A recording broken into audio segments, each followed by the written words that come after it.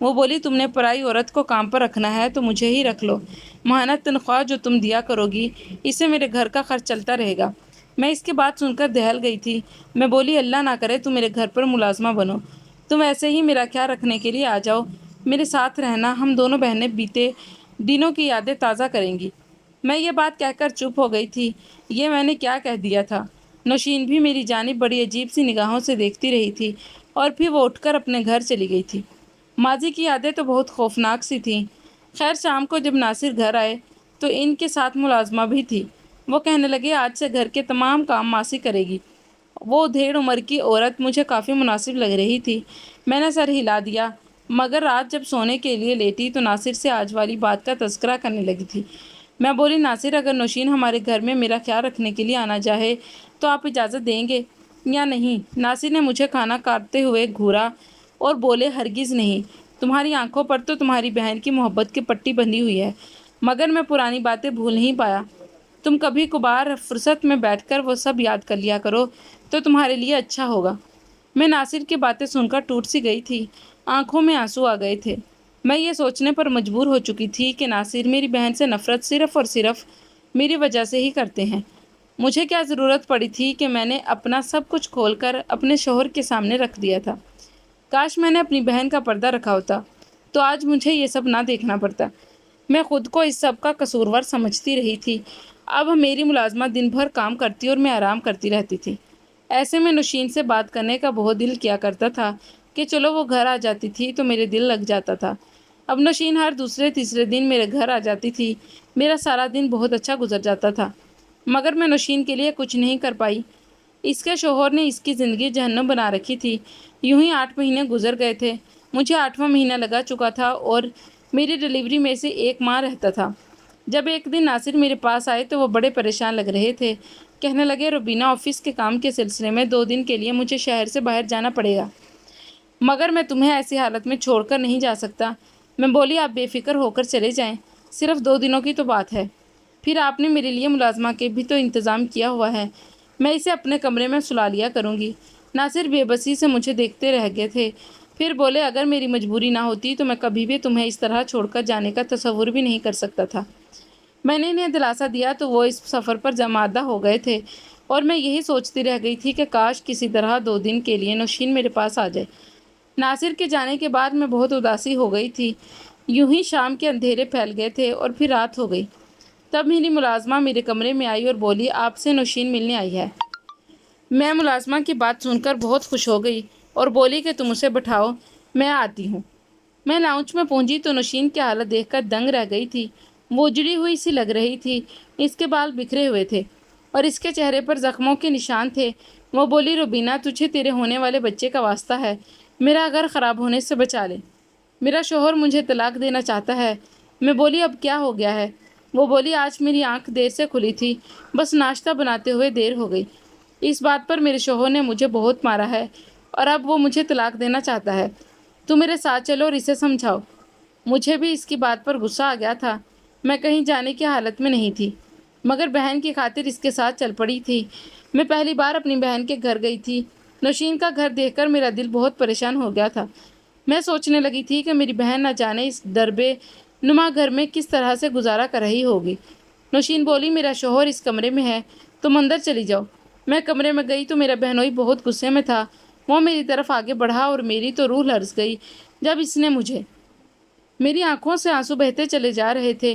مجھے اپنا ماضی یاد آ رہا تھا جب میری بہن نے نوشین نے مجھے کمرے میں بند کر دیا تھا اور میں رو رو کر امی کی مدد کے لیے پکار رہی تھی۔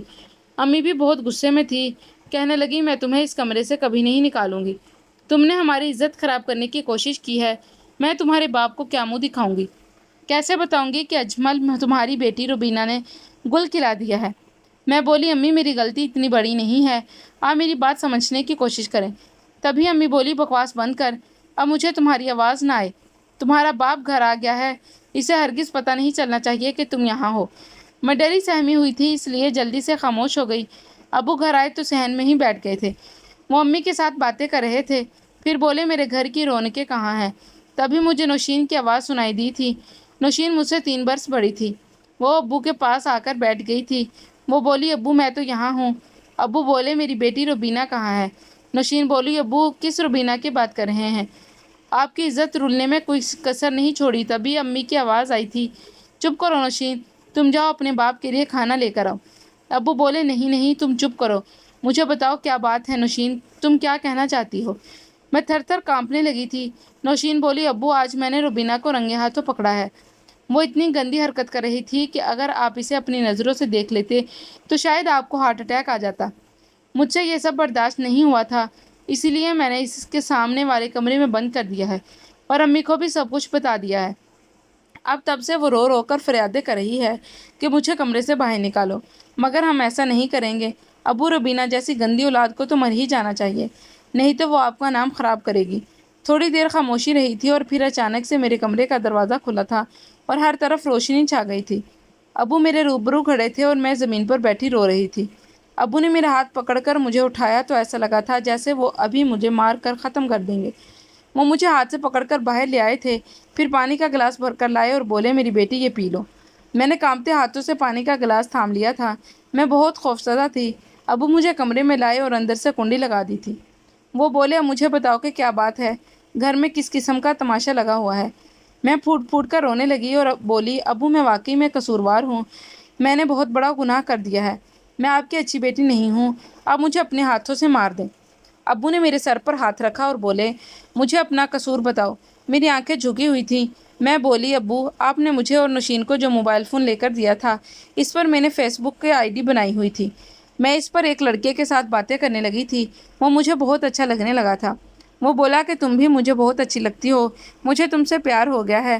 اور یہ باتیں سن کر میں تو خوشی سے پاگل ہو گئی، مجھے اپنے موبائل کا فون نمبر دے دیا، اس کے ساتھ فون پر بات کیا کرتی تھی۔ آج وہ لڑکا صبح کے وقت مجھے کہنے لگا کہ تم ابھی اسی وقت مجھ سے بات کرو، میں نے تمہیں خوشخبری سنانی ہے۔ میں بولی کہ اس وقت میں فون نہیں کر سکتی، گھر میں کسی کو پتہ چل گیا تو قیامت آ جائے گی۔ مگر وہ باضد تھا، اس لیے میں اس کمرے میں آ گئی اور اسے فون کرنے لگی۔ تب اس نے مجھے بتایا کہ اس نے اپنے ابو کا آفس جوائن کر لیا ہے اور اب وہ اپنے پیروں پر کھڑا ہو گیا ہے۔ میں اسے مبارکباد ہی دے رہی تھی کہ نازیہ آ گئی۔ اس نے فون میرے ہاتھ سے جھپٹ لیا اور جب اس نے لڑکے کی آواز سنی تو میرے منہ پر تھپڑ مار کر مجھے اس کمرے میں بند کر دیا۔ میں یہ باتیں بتا کر چپ کر گئی تھی۔ ابو بولے، بیٹی یوں کسی غیر محرم سے بات کرنا گناہ ہے، تم جانتی ہو نا؟ میں نے ہاں میں سر ہلا دیا تھا۔ ابو بولے، پھر تم نے ایسا کیوں کیا؟ ابو میں بہک گئی تھی، مجھے معاف کر دیں۔ ابو بولے، تم میری بات اس لڑکے سے کرواؤ۔ میں نے کہا، فون تو نوشین کے پاس ہے ابو۔ ابو بولے، جاؤ اسے لے کر آؤ۔ میں کمرے سے باہر گئی اور نوشین کی آنکھوں میں آنکھیں ڈال کر بولی، مجھے موبائل دو۔ وہ چپل کی طرف مجھ پر جھپٹنے کے لیے آگے بڑھ چکی تھی اور بولی، منہ توڑ دوں گی تمہارا اگر تم نے موبائل کا نام بھی لیا تو۔ میں بولی، ابو مانگ رہے ہیں۔ وہ تو دنگ رہ گئی تھی۔ پھر بڑی مشکل سے اس نے مجھے موبائل دے دیا تھا۔ میں نے ناصر کے نمبر ملایا اور بولی، میرے ابو تم سے بات کرنا چاہتے ہیں۔ ابو بولے، بیٹا مجھے پتہ چلا ہے کہ تم اور روبینہ ایک دوسرے کو پسند کرتے ہو، تم بتاؤ اس رشتے کا آگے کیا کرنا ہے؟ نہ جانے وہ کیا جواب دے رہا تھا۔ پھر ابو بولے، بیٹا تم اپنے والدین کو لے کر ہمارے گھر آ جاؤ، ہم گھر میں بیٹھ کر بات کریں گے۔ ابو نے فون بند کر دیا تھا۔ پھر ابو مجھے کہنے لگے، وہ لڑکا تمہارا رشتہ لانا چاہتا ہے، دیکھتے ہیں کہ وہ لوگ مناسب ہیں یا نہیں۔ بیٹا اگر مجھے وہ لوگ اچھے نہ لگے تو کیا تم میرا فیصلہ قبول کرو گی؟ میں ابو کے ہاتھ چوم کر بولی، مجھے آپ کا ہر فیصلہ قبول ہے۔ ابو مجھے آپ ساتھ باہر لے آئے تھے اور بولے، روبینہ کی ماں کھانا لگاؤ، ہم سب مل کر کھانا کھائیں گے۔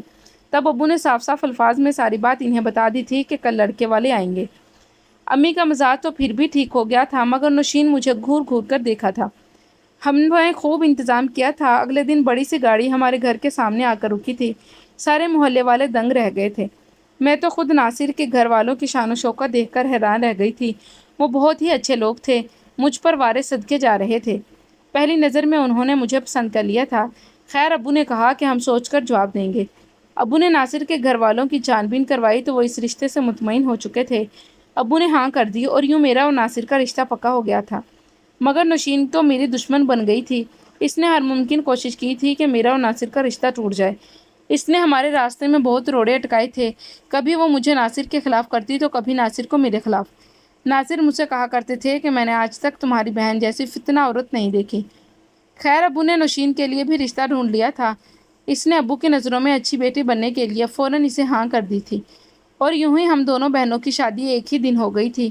میں ناصر کے ساتھ بہت خوش تھی۔ مگر اب میرا اور نوشین کا آپس میں کوئی رابطہ نہیں تھا۔ 3 سال یوں ہی گزر گئے تھے۔ ابو امی دونوں ہی فوت ہو گئے تھے۔ پھر ایک دن نوشین نے مجھ سے رابطہ کیا تھا۔ اس نے بیتے دنوں کی غلطیوں کی مجھ سے معافی مانگ لی تھی اور میں نے بھی اپنا دل صاف کر لیا تھا۔ اب وہ اکثر میرے گھر آیا کرتی تھی۔ مجھے بتاتی تھی کہ وہ بہت مشکل حالات سے گزر رہی ہے۔ اس کا شوہر شرابی ہے اور اس کو مارتا پیٹتا رہتا ہے۔ میں اپنی بہن کی باتیں سن کر غمزدہ ہو جایا کرتی تھی۔ ناصر کو جب بھی پتہ چلتا تھا کہ نوشین ہمارے گھر آئی ہے تو وہ بہت زیادہ ناراض ہوتے تھے۔ کہتے تھے کہ تمہاری بہن کی فطرت نہیں بدلی، تم بلا وجہ اس سے اچھا گمان مت رکھو، وہ آج بھی ویسی ہی ہے۔ اور میں سر جھٹک دیتی تھی اور کہتی کہ آپ بلا وجہ بدگمانی پال کر بیٹھے ہیں۔ مگر آج جب نوشین نے مجھے اپنے شوہر کے کمرے میں بھیج کر باہر سے کمرے کو کنڈی لگا دی تو مجھے ناصر کی باتیں یاد آ رہی تھیں۔ وہ سچ کہتے تھے کہ نوشین کے دروازہ بند کرنے پر میں بہت پریشان ہو گئی تھی۔ تبھی میرے سامنے میرا بہنوئی اٹھ کر کھڑا ہو گیا۔ میں گھبرا گئی تھی۔ وہ آگے بڑھا تو اس نے میرے سر پر ہاتھ رکھ دیا اور بولا گھبرانے کی ضرورت نہیں ہے، تم میری بہنوں کی طرح ہو، چلو آؤ میں تمہیں تمہارے گھر چھوڑاؤں۔ مجھے حیرت ہوئی تھی۔ میں بولی میں آپ پر کس طرح سے یقین کر سکتی ہوں؟ آپ نے تو میری بہن کی زندگی تباہ کر دی ہے۔ آپ اسے بہت مارتے ہیں، اس پر ظلم کرتے ہیں۔ انہوں نے ٹھنڈی سانس لی اور بولے زندگی تو میری تمہاری بہن نے تباہ کر دی ہے۔ وہ ہر وقت مجھ پر جھوٹے الزامات لگاتی رہتی ہے۔ میں نے آج تک کبھی اس پر ہاتھ نہیں اٹھایا، مگر وہ خود اپنے ہاتھوں سے چہروں پر خراشیں ڈال کر محلے والوں کو اکٹھا کر لیتی ہے اور کہتی ہے کہ میں شراب پی کر اسے مارتا ہوں۔ پہل تو لوگوں نے اس کے ساتھ ہمدردی کی، مگر پھر سب کو اس کی اصلیت کے متعلق پتہ چل گیا تھا۔ خیر پھر وہ تمہارے پاس جانے لگی۔ مجھے نہیں پتا کہ وہ کس نیت سے تمہارے گھر جاتی تھی۔ آج وہ مجھ سے بولی کہ میں تمہارے لیے ایک تحفہ چھوڑ کر جا رہی ہوں۔ میں تو سوچ بھی نہیں سکتا تھا کہ وہ تمہیں یہاں چھوڑ گئی ہے۔ روبینہ، میں نے بہت بار تمہاری بہن کو طلاق دینے کا سوچا، مگر ہر بار اس کے مرحوم والدین کی شکل میرے آگے گھوم جایا کرتی ہے۔ اصل بات یہ ہے کہ پہلے میری آمدنی بہت اچھی تھی، میں تمہاری بہن کی ہر خواہش پوری کرتا تھا، مگر اب میرا کام اچھا نہیں جا رہا اور تمہاری بہن خود مجھ سے طلاق لینا چاہتی ہے۔ اب تو مجھے اس بات کی اجازت دو کہ میں اسے چھوڑ کر تم تھوڑا سکون کر لوں۔ بہنوئی نے دروازہ توڑ دیا اور مجھے میرے گھر لے آیا اور سامنے کا منظر دیکھ کر میں دہل گئی تھی۔ میری بہن میرے شوہر کو بہکانے کی کوشش کر رہی تھی۔ جب نوشین کی نظر ہم پر پڑی تو وہ بہت گھبرا گئی تھی۔ ناصر بھاگ کر میرے پاس آئے اور بولے تم کہاں تھی؟ ناصر کی باتوں کے جواب میں میرے بہنوئی نے دیا تھا۔ تب ناصر بولے روبینہ، میں نے تمہیں بہت سمجھایا تھا کہ اپنی بہن کو یہاں مت آنے دو، مگر تم نے میری ایک نہیں مانی۔ یہ تمہاری پیٹھ پیچھے مجھے بہکانے کی کوشش کیا کرتی تھی، مجھے تمہارے خلاف کرتی رہتی تھی، مگر میں اس کی باتوں میں نہیں آتا تھا اور یہ کہتی تھی کہ شادی سے پہلے میری بہن روبینہ کے بہت سے عاشق تھے۔ پھر اس نے مجھ سے کہا کہ تمہاری بیوی تمہاری غیر موجودگی میں لڑکوں سے ملتی ہے، یقین نہیں آتا تو اپنی بیوی سے جھوٹ بول دو کہ تم دونوں کے لیے شہر جا رہے ہو۔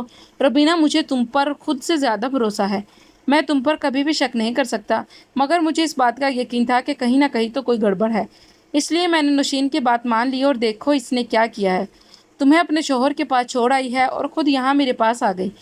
تمہاری بہن تم سے حسد کرتی ہے، اس کی نظر میرے پیسے پر ہے، اس نے اتنا بھی خیال نہیں کیا کہ تم حاملہ ہو، بلکہ یہ تو چاہتی ہے کہ میں تمہیں چھوڑ کر اس کے نکاح کر لوں۔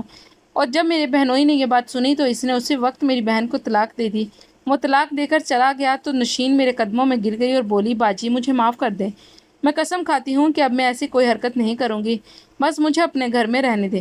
میں نے اس کے منہ پر تھپڑ دے مارا اور اسے گھر سے نکال دیا تھا۔ میں نے چوکیدار سے بھی کہہ دیا تھا کہ آج کے بعد اس عورت کو میرے گھر میں داخل ہونے مت دینا۔ میں ایسا کرنے کے بعد بہت روئی تھی۔ ناصر نے ہی مجھے دلاسا دیا تھا، اس نے مجھے بتایا کہ وہ ہمیشہ میرے ساتھ رہے گا۔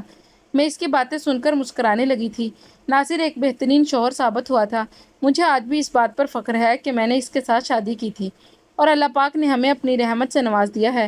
ہماری بیٹی ہمیں بہت عزیز ہے اور ہم بہت زیادہ خوش ہیں۔ میری بیٹی بہن نوشین میری پھپھو کے گھر رہ رہی ہے، ان کے گھر کے کام کرتی ہے تو وہ اسے روٹی کھانے کو دیتے ہیں۔ میں یہ سب سنتی ہوں تو مجھے بہت دکھ ہوتا ہے۔ وہ میری بڑی بہن ہے، دل چاہتا ہے کہ اسے معاف کر دوں اور واپس اپنے پاس بلا لوں، مگر پھر اپنا گھر برباد ہونے سے ڈرتی ہوں۔ اب آپ ہی مجھے بتائیں کہ میں کیا کروں، اسے اس کے حال پر چھوڑ دوں یا اپنے گھر لے آؤں؟ کمنٹ سیکشن میں جواب ضرور دیجیے گا۔